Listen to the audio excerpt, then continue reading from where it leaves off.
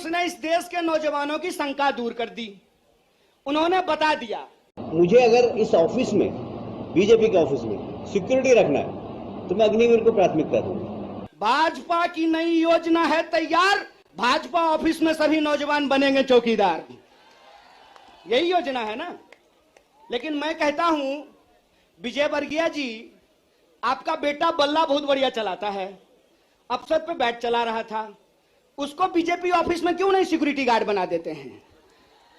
मंत्री का बेटा बनेगा सेक्रेटरी, मंत्री का बेटा बनेगा बीसीसीआई का सेक्रेटरी, और किसान मजदूर का बेटा बनेगा भाजपा ऑफिस में सिक्योरिटी गार्ड। हाय रे हिपोक्रेसी। साथियों, मेरी आवाज जहां तक पहुंच रही है, आप कांग्रेस के एक एक कार्यकर्ताओं को और विभिन्न माध्यमों से जो हमारी बात सुन रहे हैं, आप तमाम आदरणीय बुजुर्गों का, नौजवान दोस्तों का, माताओं बहनों का, किसान मजदूर भाइयों का, मेहनत मजदूरी करके ठेला रिक्शा चला करके सरकारी और निजी क्षेत्रों में काम करके अपने परिवार का भरण पोषण करने वाले आप तमाम आवाम का क्रांतिकारी इस्तकबाल करता हूं, आपका हार्दिक अभिनंदन करता हूं। दोस्तों, मैं आपसे अपनी कुछ बातें साझा करना चाहता हूं। उससे पहले मैं धन्यवाद देना चाहता हूं हमारे पार्टी के तमाम वरिष्ठ नेताओं को कि आज उन्होंने बड़ी मशक्कत से मुझे यहां लाने में, आपके मौजूद पहुंचाने में मेहनत की है, क्योंकि आजकल दिल्ली पुलिस हम पे ज्यादा मेहरबान है। दिल्ली पुलिस मेहरबान है और इस बात से हमको कोई दिक्कत नहीं है। एक्चुअली इस बात से हम लोग खुश हैं कि पुलिस अगर विपक्ष को डंडा ना मारे, पुलिस अगर विपक्ष के कुर्ते ना फाड़े, पुलिस अगर विपक्ष को डिटेन ना करे, हिरासत में ना डाले, पुलिस अगर विपक्ष को जेल में डाले, ईडी अगर विपक्ष के नेताओं को परेशान ना करे, सीबीआई आपके घर पे रेड ना मारे, इनकम टैक्स का छापा ना मारे, तो समझिए आप देश के लिए लड़ नहीं रहे हैं। और हम दिल्ली पुलिस को धन्यवाद देना चाहते हैं कि हम देश की जनता के लिए लड़ रहे हैं और आपकी एक एक परेशानी को झेलने के लिए तैयार हैं। लेकिन एक बात हम दिल्ली पुलिस के सिपाहियों को जरूर कहना चाहते हैं। भाई साहब, आप आते हैं साधारण परिवार से, आप आते हैं किसान मजदूर के परिवार से, आप आते हैं गरीब परिवार से। आप जो हमारे ऊपर डंडा चला रहे हैं ना, एक्चुअली आप अपने ही भविष्य पे और अपने ही मुद्दों के ऊपर डंडा चला रहे हैं। इस बात को याद रखिएगा, इस बात को याद रखिएगा। और रिकॉर्ड तो करते ही आप लोग, बढ़िया सा रिकॉर्ड करके गृह मंत्री को सुना दीजिएगा।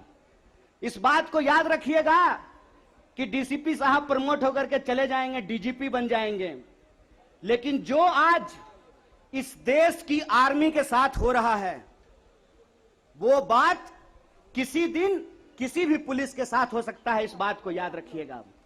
इस बात को याद रखिएगा कि आज जिस तरीके से देश के लिए जो सम्मान की बात है, जो सर्वोच्च बलिदान की बात है, अगर उनकी नौकरी को ठेके पे किया जा रहा है तो कल आपकी नौकरी को भी ठेके पे किया जा सकता है। इसीलिए कांग्रेस पार्टी पिछले 12 तारीख से यह सत्याग्रह कर रही है।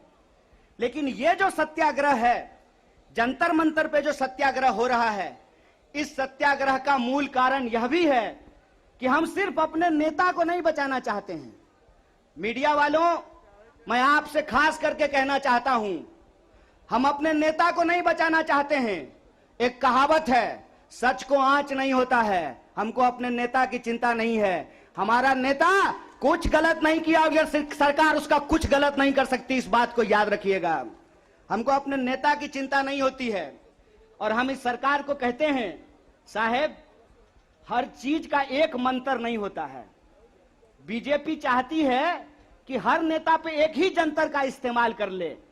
तो मैं भाजपाइयों को कहना चाहता हूं, रे भाजपा वालों, ये राहुल गांधी हैं, इंदिरा गांधी के परिवार से आते हैं, राजीव गांधी के बेटा हैं, आतंकवादी से नहीं डरे। तुम तो वैसे भी माफी मांगने वाले लोग हो भाई, तुमसे क्या डरेंगे यार।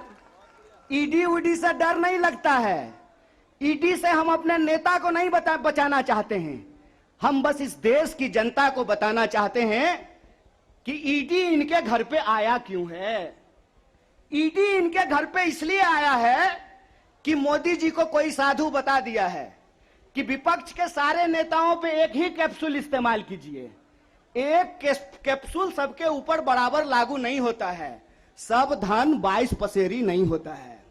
इनको लगता है कि एक बार ईडी भेज देंगे तो कांग्रेस पार्टी डर जाएगी, कांग्रेस के कार्यकर्ता डर जाएंगे और चुप होकर के बैठ जाएंगे कि देखो देखो इसके नेता के ऊपर ईडी आ गया है तो कार्यकर्ता को कौन पूछता है। कांग्रेस पार्टी के अंदर इस बात का जज्बा है कि अगर हम देश को अंग्रेजों से आजाद करा सकते हैं तो इस देश को हम अंग्रेजों के चापलूसों से भी मुक्त कराएंगे। इस बात को याद रखिएगा, इस बात को याद रखिएगा कि आपने देश के साथ जो खिलवाड़ किया है उस खिलवाड़ के खिलाफ हैं हम। उस खिलवाड़ के खिलाफ क्यों हैं हम कि आपने इस देश को सपना दिखा करके, आपने इस देश के लोगों को उम्मीद जगा करके उनके साथ धोखा किया है। ये हम नहीं बोले थे, श्री 108 श्री माननीय प्रधानमंत्री जी बोले थे कि हर साल 2 करोड़ नौकरी दी जाएगी। क्या मीडिया वाले? मोदी जी बोले थे ना कि हम बोले थे? अरे बोलिए ना महाराज, आपको भी बोलना पड़ेगा, याद रखिएगा इस बात को। सबकी बारी आएगी, इस बात को याद रखिएगा। अरे हमारे लिए क्या है, जब तक जेल में चना रहेगा, आना जाना लगा रहेगा, हमको कोई दिक्कत नहीं है, लेकिन बारी सबकी आएगी, इस बात को याद रखिएगा। कहे थे ना मोदी जी कि हर साल 2 करोड़ रोजगार देंगे, बोले थे कि नहीं बोले थे? अरे बोलिए ना, आप कांग्रेस के कार्यकर्ता हैं, भाजपा के थोड़ी हैं कि डर जाएंगे, बोलिए। बोले थे ना, बोले थे ना कि महंगाई कम होगी, बोले थे ना खाते में 15 लाख रुपया आएगा, बोले थे ना अच्छा दिन आएगा। आया क्या? मोदी जी के स्टाइल में पूछूं क्या, आया क्या? अब नया जुमला आया है, अब नया जुमला आया है कि हम अग्निपथ लेकर के आए हैं। एक भाजपा का नेता ईमानदार है, कैलाश विजयवर्गीय को धन्यवाद देना चाहिए। कम से कम उसने इस देश के नौजवानों की शंका दूर कर दी। उन्होंने बता दिया भाजपा की नई योजना है तैयार, भाजपा ऑफिस में सभी नौजवान बनेंगे चौकीदार। यही योजना है ना। लेकिन मैं कहता हूं विजयवर्गीय जी, आपका बेटा बल्ला बहुत बढ़िया चलाता है, अफसर पे बैठ चला रहा था, उसको बीजेपी ऑफिस में क्यों नहीं सिक्योरिटी गार्ड बना देते हैं? मंत्री का बेटा बनेगा सेक्रेटरी, मंत्री का बेटा बनेगा बीसीसीआई का सेक्रेटरी, और किसान मजदूर का बेटा बनेगा भाजपा ऑफिस में सिक्योरिटी गार्ड। हाय रे हिपोक्रेसी, इसी को हिपोक्रेसी कहते हैं ना। और बेईमानी किसको कहते हैं? देश की जनता को लगा कि जब मोदी जी बोल रहे हैं तो सच ही बोलेंगे। मोदी जी की हर बात को मान लिया देश के लोगों ने।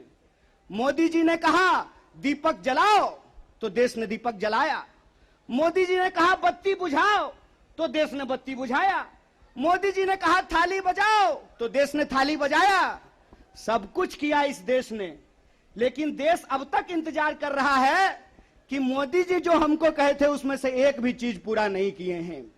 और ये देश की जो परिस्थिति है, इस परिस्थिति पे मुखर होकर के हमारे नेता बोलते हैं। इस बात का हमको गर्व है कि सरकार के सामने बिना झुके कोई लड़ता है अड़ करके तो उसका नाम राहुल गांधी है।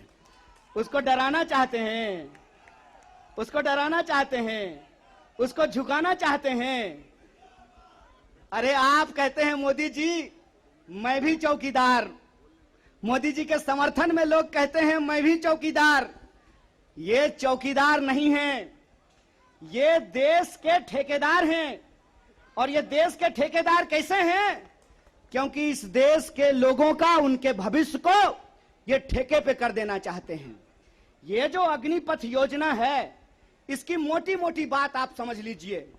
मैं बड़े ध्यान से सारा प्रेस कॉन्फ्रेंस सुन रहा हूं।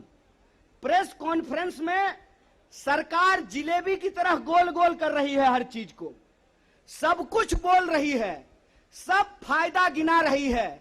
हो सकता है कि कोई भाजपा का मंत्री यह भी आकर के कह दे कि अग्निपथ योजना में शामिल होने के बाद आपका बाल नहीं गिरेगा।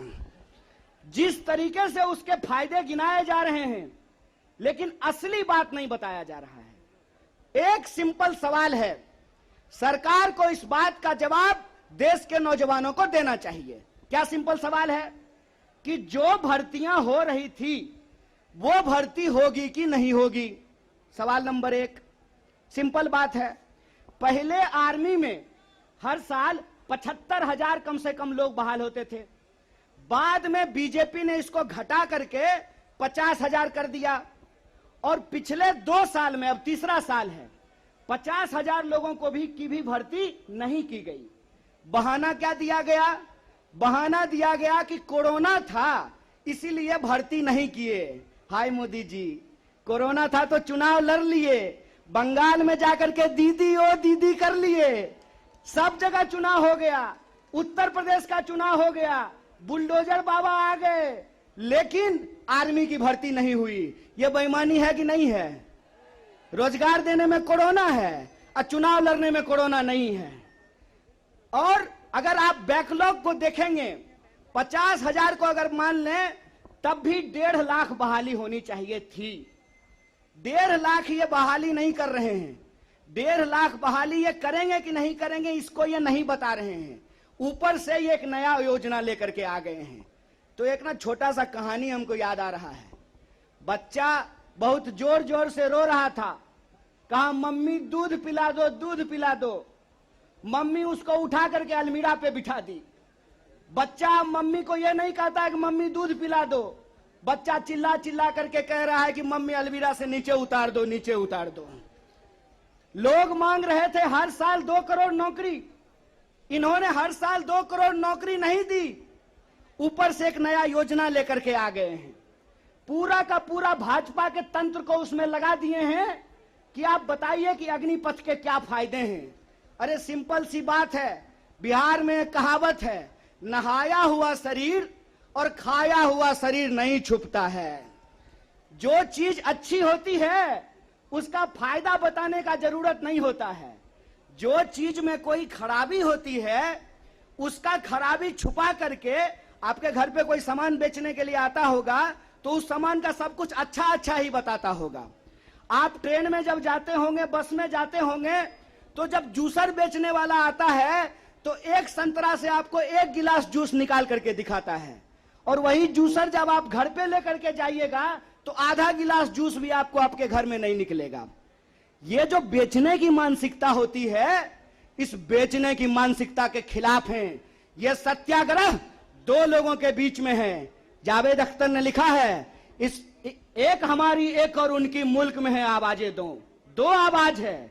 एक वो आवाज है जो इस देश को बेचना चाहता है, वो देश के सरकार में बैठे हुए हैं। एक वो आवाज है जो देश को बचाना चाहता है, वो सड़कों पे खड़ा है, वो जंतर मंतर पे बैठा हुआ है, वो सत्याग्रह कर रहा है। और ये सत्याग्रह हम इसलिए कर रहे हैं कि सरकार के झूठ को हम समझ रहे हैं। झूठ क्या है इनका? झूठ है कि ये लोग परमानेंट बहाली को बंद करने जा रहे हैं। परमानेंट बहालियां नहीं होगी। अगर ये परमानेंट बहाली करना चाहते हैं तो सिर्फ सेंट्रल गवर्नमेंट में 28 लाख पोस्ट खाली है। ये परमानेंट बहाली बंद करके ठेकाकरण के फायदे देश को समझा रहे हैं। जब भी देश में कोई ठेकाकरण किया जाता है तो सिर्फ उसका फायदा ही फायदा बताया जाता है। जब भी देश की कोई सार्वजनिक संपत्ति बेची जाती है तो उसका फायदा ही फायदा बताया जाता है।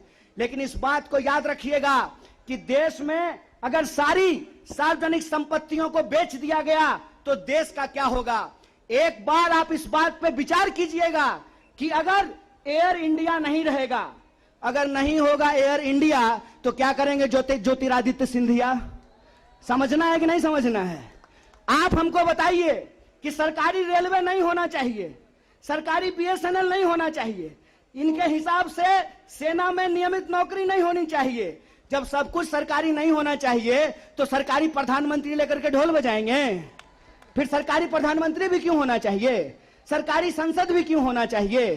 देश का मतलब होता है देश की राष्ट्रीय संपत्ति, देश का मतलब होता है देश की राष्ट्रीय सेना, देश का मतलब होता है देश के लोगों का सम्मान। इसीलिए मैं आप तमाम लोगों से यह आग्रह करने के लिए आया हूं, कांग्रेस पार्टी की लड़ाई सिर्फ अपने नेता को बचाने की लड़ाई नहीं है, कांग्रेस पार्टी की लड़ाई इस देश को बचाने की लड़ाई है। वो देश जिस देश को गांधी ने बनाया है, जिस देश को नेहरू, मौलाना अबुल कलाम आजाद ने बनाया है, उस देश को बचाने की लड़ाई है। कांग्रेस पार्टी को लेकर के भाजपा लगातार प्रचार करती है कि अगर कांग्रेस किसी चीज का विरोध कर रहा है तो सही होगा। तो आप बताइए, हम भाजपा का विरोध करते हैं, देश के संविधान का समर्थन करते हैं, और उस संविधान को हमने बनाया है, कांग्रेस पार्टी ने बनाया है। इसीलिए एक कहावत कही जाती है, जाके पैर न फटे बिवाई, वो का जाने पीड़ पड़ाई। जो पार्टी देश को आजादी दिलाई है, वही पार्टी इस देश की आजादी की रक्षा कर सकती है। इसी आशा और उम्मीद के साथ कि सत्य और अहिंसा के रास्ते पर चलेंगे, सत्याग्रह के रास्ते पर चलेंगे, झूठ को हराएंगे, झूठ पे सच भारी है, सत्याग्रह जारी है, यह सत्याग्रह जारी रहेगा। बहुत बहुत शुक्रिया, बहुत बहुत धन्यवाद।